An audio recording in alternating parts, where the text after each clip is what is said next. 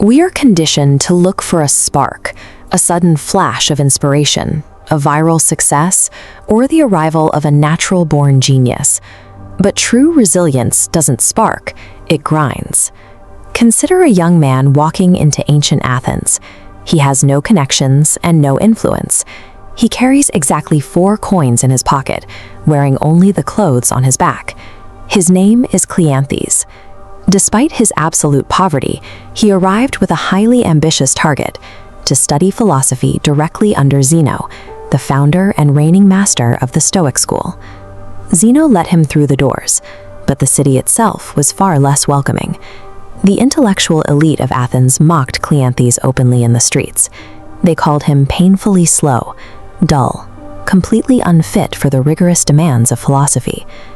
Being entirely dismissed by society offers a strange advantage. Without a reputation to protect, you are handed the ultimate blank slate, the exact conditions required to forge an unbreakable mind. This harsh environment forced Cleanthes to operationalize the first half of his ultimate philosophy, Renounce. To survive a daily barrage of public humiliation from the smartest people in the city, he had to completely abandon his own ego. This requires a brutal mechanical separation. You have to strip away your internal sense of self-worth from the external validation of the crowd. By abandoning the desperate need to look intelligent to his peers, Cleanthes reclaimed a massive amount of mental bandwidth, energy he could now redirect entirely into deep, focused study. Cleanthes treated renunciation as a surgical tool, cutting away the emotional attachments to status and comfort that distract from the core of the work. You only reach true intellectual freedom the moment you stop caring if anyone else finds you impressive. With his ego out of the way, Cleanthes applied the second half of his doctrine, endure. He moved into a state of total endurance, the specific capacity to sustain effort long after the initial novelty of a goal has disappeared. To survive, he worked through the night. In total darkness, he hauled heavy wooden buckets, drawing water from deep wells across the city.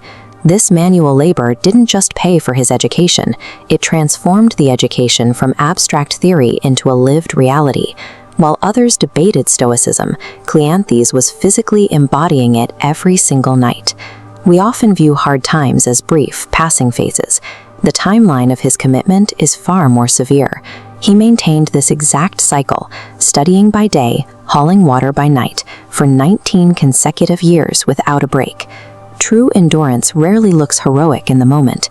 It is simply the quiet, unglamorous system of waking up and continuing.